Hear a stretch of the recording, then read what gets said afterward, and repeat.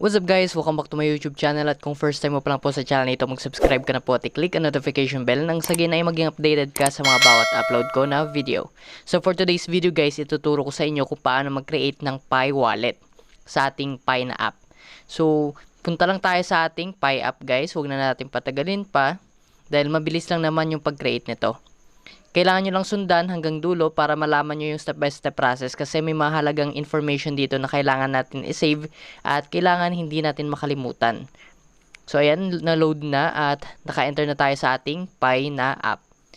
So, sa nakikita nyo guys, meron na akong na-invite na 464 na Pi user, yung active lang ay 99. So, sayang kapag hindi ka nakapag-mine araw-araw. So, sa mga hindi pa member or sa hindi pa nakagamit ng Pi, pwede ka pong mag-mine pa sa ngayon kasi hindi pa ngayon pumapasok sa mainnet si Pi. Kaya guys, kung wala ka pang Pi, gamitin mo yung link sa description box, i-click mo po yun at gamitin mo po yung code na JanRyan1998 para masali ka dito sa aking group chat. So, yung group chat nandito.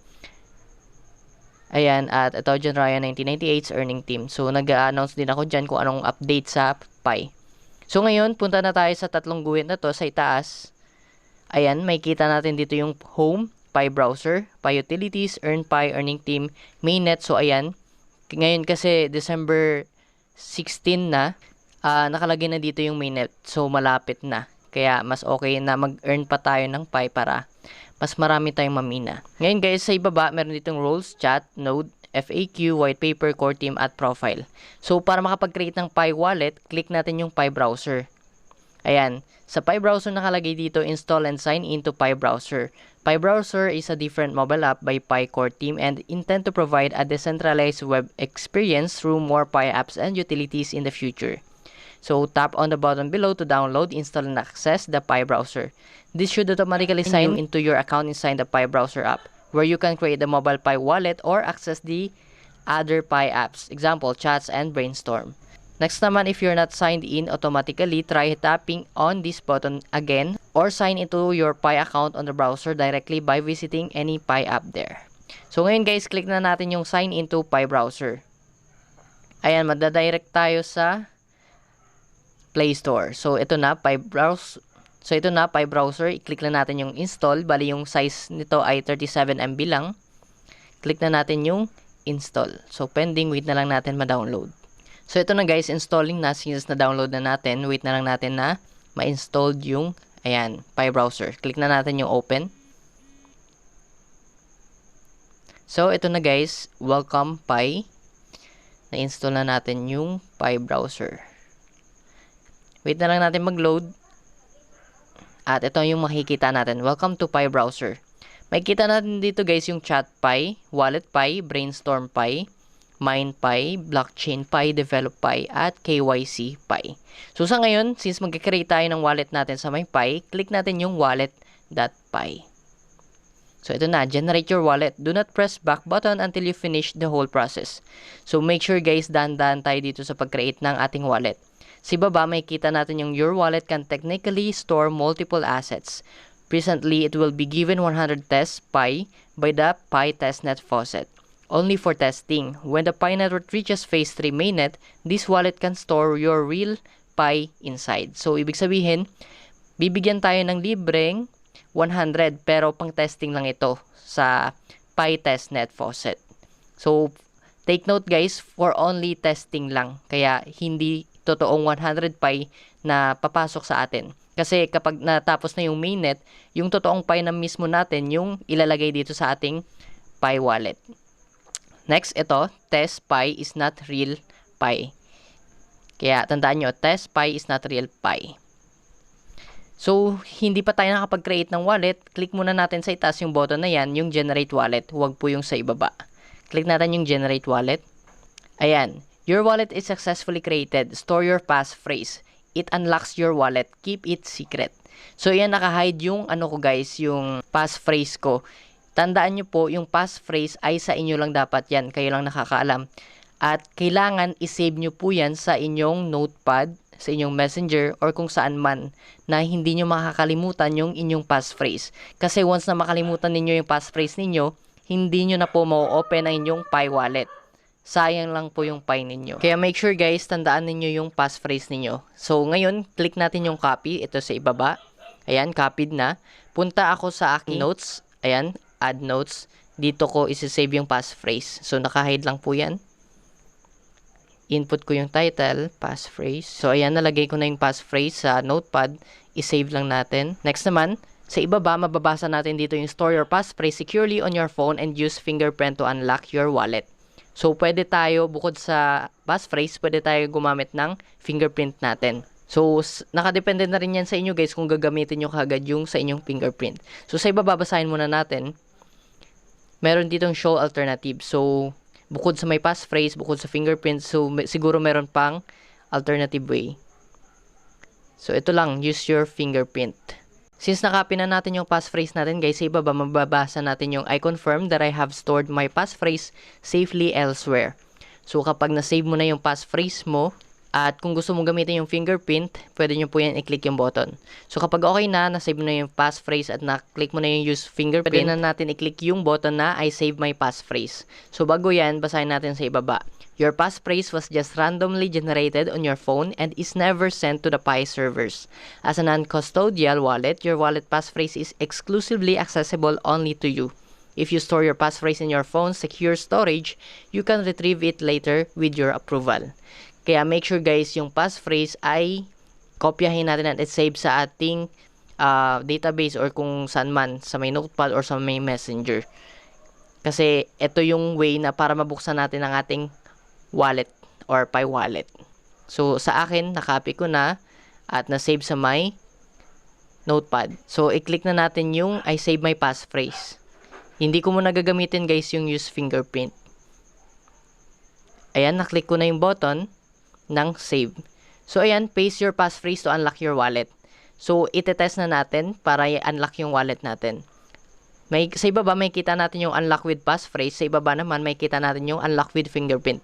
So kapag ginamit natin yung fingerprint, pwede rin. Since passphrase yung ginamit ko, kailangan ko i-enter sa box na ito yung sinave natin na passphrase sa may ating notepad. So kopyahin ko ulit. Since nakopy ko pala, ipipaste ko na lang. Yung sa pag-paste hindi nakakaalam, i-click mo yung box, long press, at lalabas ka agad yung paste. Click natin yung paste na yan at lalabas yung sinave natin na passphrase. So, ayan, i-hide ko lang yung akin for security. So, ayan, nalagay ko na guys at basahin muna natin sa ibaba. As a non-custodial wallet, your wallet passphrase is exclusively accessible only to you. Recovery of passphrase is currently impossible. Kaya, make sure kapag hindi mo ma-recover your passphrase, naku, sayang yung yung Pi. Pero, pwede ka naman mag-reset. Sa ibaba, meron dito, lost your passphrase, you can reset your wallet. But all your test Pi in your previous wallet will be inaccessible. So, pwede pala natin guys na i-reset yung ating passphrase. Pero, yung binigay na pang-test na 100 Pi ata yun, hindi na natin pwede gamitin. Inaccessible na. So, ayan, kung nakalimutan mo yung passphrase mo, click mo lang yung kulay blue na yan. You can reset your wallet para ma-reset mo yung passphrase mo. So, sa akin, wala namang problema. Click na natin yung unlock with passphrase, yung kulay orange na button na yan. So, i-click ko na. Ayan, loading wallet na. At ito, your wallet address. This is your identity on the Pi blockchain, public key. So, ayan, makikita pa natin yung another key. Sa ibaba, makikita natin yung copy. Ibig sabihin, kopyahin po natin yan. It is saved sa ligtas na lugar, sa notepad or sa may messenger or kung saan man yung gusto nyo. So, yan, kopyahin ko lang ulit akin at i-paste ko lang sa may notepad ko.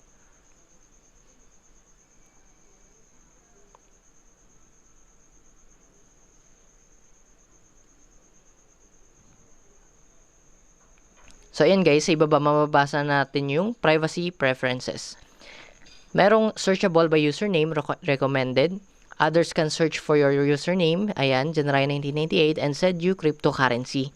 So, yung Pi wallet guys, parang na to, yung Laika app. Makakapag-send na tayo ng, kumbaga makakapag-send na tayo ng gems sa Laika, makakapag-receive, parang ganun. Dito naman sa may Pi wallet, makakapag-send na tayo ng cryptocurrency, makaka-receive din tayo. Kaya nag-open na tayo ng Pi wallet. Make sure guys, nakapag-open na kayo para pagdating ng mainnet, yun na lang yung problemahin natin, magsa-setup ng kung ano mang meron.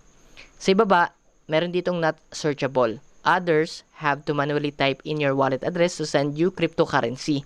So, mahirap naman yun kung gagamitin natin yung wallet address natin sa pag-send or pagre-receive natin ng cryptocurrency. For example, yung kakilala mo na meron siyang cryptocurrency na i-send sa'yo. For example, 5 Pi yun, i-send sa'yo. Ang gagawin niya, kukopyahin mo niya muna yung yung wallet address, napakahaba yun. Kaya mas okay na i-recommend ko na lang sa inyo yung searchable by username. Ito yung sa itaas, nakaklik na ko yung kulay orange. Huwag nyo na po i-click yung not searchable kasi mahirap. Kasi mahaba yung wallet address. So, sa ibaba, note, like any public blockchains, all transactions are publicly visible on the Pi testnet. So, since nakopy ko na guys yung wallet address at nakaklik yung sa may privacy preferences na searchable by username, so kung magsisend ka na lang ng Pi sa akin, isi-search mo na lang yung pangalan ko, nandyan Ryan1998 at automatically, makaka-receive na ako ng Pi galing sa'yo. So, ayan, click na natin yung continue. Ito na guys, sabi dito enable fingerprint. Your device supports fingerprint. Do you want to enable fingerprint authentication to unlock your wallet? We do not recommend enabling this feature if you're using a rooted or jailbroken phone. So, kailangan natin guys i-enable yung fingerprint kasi nare-require ni Pi Wallet. Kasi yung phone ko nagre-require din ng fingerprint. So, i-click ko na lang muna yung confirm. Kapag ganyan din sa inyo guys, sundin nyo na lang yung instruction. So, ito sa akin, authentication to unlock. Ayan. Ginamit ko na yung fingerprint at ito na. Balance, 100. Ito ay test Pi lang. So, pwede tayo mag-test dito ng Pi. Pwede tayo mag-send. Pwede tayo mag-test ng receive. So, take note ulit, yung sinabi ko kanina, yung 100 Pi na yan, ay test lamang. So, hindi po yan na totoong Pi pa. Kasi pagdating ng mainnet at kapag okay na lahat, pwede na tayo makakapag-send or receive ng ating totoong Pi na minina natin. So, ayan. Sa ibaba, meron ditong history at settings. So, mamaya natin i-click yan. So, ito guys, basahin muna natin yung important note. So, test Pi is not real Pi that you have mined through the Pi app. So, ayun nga sabi ko kanina, test Pi lang to at hindi galing sa ating minina na app sa Pi app mismo or Pi network. Kaya test Pi is solely for the purpose of testing transactions on the Pi testnet and does not contain any value. The Pi testnet will be periodically reset as part of the testing, which will also reset your test Pi balance. So, yan. Basahin natin yung history kung gusto nyo. Click muna natin yung history. So, ito, yung history ay wallet created. Meron tayong 100 Pi. So, back tayo. Ito sa taas. Next, settings naman. Nakalagay dito guys na authenticate to unlock yung natin. So, natin yung fingerprint. Next, sa ibaba meron show my passphrase. So, kung gusto nyo makita yung passphrase nyo guys, i-click mo lang yung show. Ayan. Take note, do not share your passphrase with anyone and not lose it as the Pi servers do not have a copy of it and cannot help you recover it. Kaya make sure guys, double check at i-copy nyo yung passphrase kasi ang hirap i-recover yan, hindi nakasave sa kanilang database. Auto-generated lang to. Kaya i-save nyo yan. Kaya mas okay din na meron kang fingerprint for another security at meron kang alternative way para ma-open pa yung wallet mo gamit yung fingerprint mo. So, ayan, back lang natin. Next, pwede na tayo mag-test ng Pi. So, ayan, click natin yung send. Ayan, sa pag-send ng Pi, send test Pi, meron akong balance ng 100 Pi. Ang recipient address, pwede tayo maghingi ng mga address kagaya ng sinave natin kanina. So, pwede rin, meron ditong take note, sending by username is not supported yet. So, kahit na naklik natin yung button na by searching your username, sa ngayon, hindi pa available. Kailangan muna na yung recipient address yung i-paste natin dito. Kaya make sure guys, yung recipient address mo, kopyahin mo rin yun at i-save. Kasi kapag wala ka nun, hindi ka makaka-receive ng Pi. So, ayan, amount kung magkano isi-send mo. For example, 50. Ayan. Yung fee ay 0.01 na test Pi. So, yan, since wala pa akong kakilala na recipient address, hanggang dito na lang muna yung tutorial natin sa may send test Pi. So, ayan, kapag meron ka ng recipient address, i-click lang natin yan at i-paste. At kung magkano yung isi-send mo na Pi, at i-click yung send. So, ayan. Back lang natin. Receive naman tayo. So, sa receive, ayan, makikita natin yung receive test Pi, your wallet address, public key. So, ayan, naka-hide. Yan yung isi-send natin or ibibigay natin sa magsisend. For example, sa kakilala mo, manghihingi ka sa kanya ng 50 Pi, ito kukopyahin natin yung public key or yung wallet address natin. Tapos, ipipaste niya po yun dun sa kanyang Pi para makareceive tayo. Ayan, sa ibaba, to receive test Pi, you need to share your address with the sender. Ayan. Kagaya nun sa may Laika, kung gumagamit kayo ng Laika app, 'di ba, yung username yung ginagamit natin doon para makapag-send ng gems. So, ganito rin sa may Pi. Kaso dito guys, wallet address yung kailangan. So, pwede rin username kaso hindi pa available sa ngayon. So, ayan guys, back lang natin sa itaas. Click natin yan. At ayan na. So, ayan, mababawas lang yan dito kapag nakapag-send tayo at madadagdagan lang yan kapag naka-receive tayo ng Pi mula sa iba. So, ayan, hanggang dito na lang muna guys yung tutorial natin about sa kung paano mag-create ng Pi wallet. Mabilis lang po yun, madali lang. At intindihin mo lang yung video na ito guys. Kaya make sure sundan mo lang yung video na ito. Kasi importante guys yung passphrase natin na i-save sa notepad or sa messenger or kung saan man. Kaya huwag nyo kalimutan yung passphrase at yung wallet address kasi napaka-importante po yun. So, ayan, I hope na meron kayong natutunan sa video na ito. Sa next video, ituturo ko naman sa inyo about sa may bagong update ng Pi. So, punta tayo sa may Pi. Ito na, nakarating na tayo sa may Pi app or Pi network na app. So, sa next video guys, ituturo ko sa inyo yung preset kung paano ba gumagana to or kung bakit merong ganyan. Para sa mainnet preparation yan guys. Kaya, make sure na mag-subscribe ka sa YouTube channel ko. I-click yung notification bell para ma-notify ka kapag meron akong bagong upload about Pi. At huwag nyo kalimutan kapag wala ka pang Pi na network na app, igamitin mo na guys yung referral code ko. So, nasa description box lang po yung link. I-click mo lang po yun para mabilis. At i-type mo lang yung sa referral code yung JanRyan1998. Yan po yung referral code ko. At automatic ma-add ka po dun dito sa aking earning team or sa may group chat na tinatawag. So, ayan. Ito yung mga update namin. Ayan. Nagsisend na, ayan, for verification. Nagtatanong sila kung paano mag-verify ng number. Meron din akong tutorial. So, ayan. Hanggang dito na lang muna yung vlog natin, guys, about sa how to create your Pi wallet. Kaya, maraming salamat, guys, sa inyong panonood.